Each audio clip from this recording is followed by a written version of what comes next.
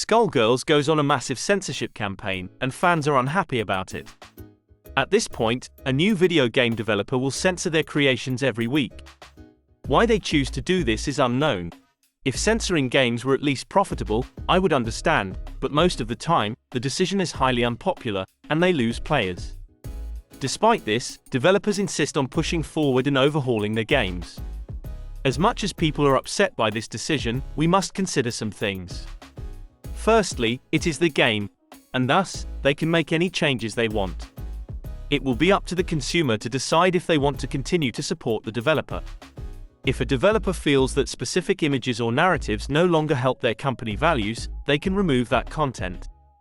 However, considering how unpopular self-censoring is, there is almost no upside to doing this. Despite their latest controversy, Skullgirls remains a top-rated game. They initially launched on the 10th of April 2012 to much internet acclaim. In 2017, lead designer Mike Zaimont announced that the game sold over 1 million copies. This was certainly an impressive accomplishment for such a small studio. The success of the original launch encouraged the studio to release Skullgirls Encore in 2014 exclusively for the PlayStation platform. They later also launched a second Encore with more advanced features. The game has a dedicated fanbase willing to support Zero Lab games. Unfortunately, loyalty does not last forever. Recent decisions from the company are making some rethink the decision to support the game. The anger against Skullgirls is not hard to understand. They posted about the changes coming to the game, and in it, they explained what the thought process was. They started by saying, "As many of you know, Skullgirls has had a long and colorful history shaped by a variety of contributors over the years. As we look ahead towards the future of Skullgirls, we have reflected upon past decisions regarding certain content that has undermined the many things that make Skullgirls truly unique and special." This statement alone had many people scratching their heads. There was never any widespread backlash against this game for its imagery, thus making this statement strange. They state that these past decisions undermined the game. However, it was precisely those decisions that made the game successful initially. They go on to say, "While the Renoir family and the Black Egrets were always intended to evoke imagery from an oppressive militant regime, we felt that the way that manifested most notably via red armbands, flags, and symbolism was too close for comfort, especially given the unfortunate reality that some of these hate groups are still active in various respects to this day." The images they are referring to here are World War II related. Although the game does not use explicit photos, they closely resemble them. It should be noted that these red bands are not displayed with malicious intent. Even if they were, it is still within the context of entertainment.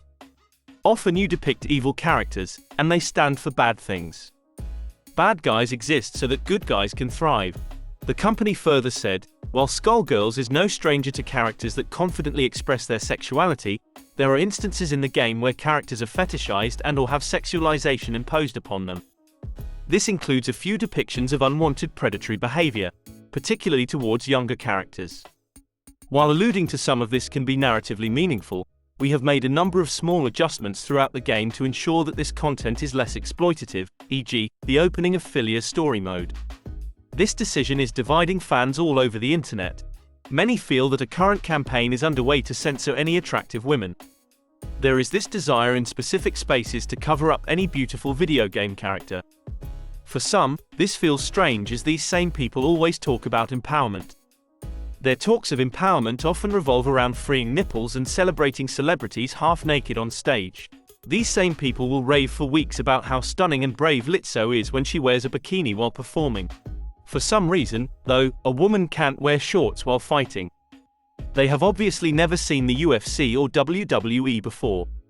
I do understand that these are not exact comparisons. There is a difference between being sexually exploited and freely expressing yourself. The difference is consent. It is not applicable here since these are nothing more than video game characters. Often, the people complaining are not playing the games. I won't pretend that attractive women in video games are not used for sexual reasons. The truth is that fan service exists for a reason. This, however, does not always need to be a bad thing. As always, the gaming media was front and center to call everyone bigots who did not agree with these decisions. All the usual suspects were front and center, salivating at the mouths and grinding their teeth at the opportunity to call you every nasty name in the book.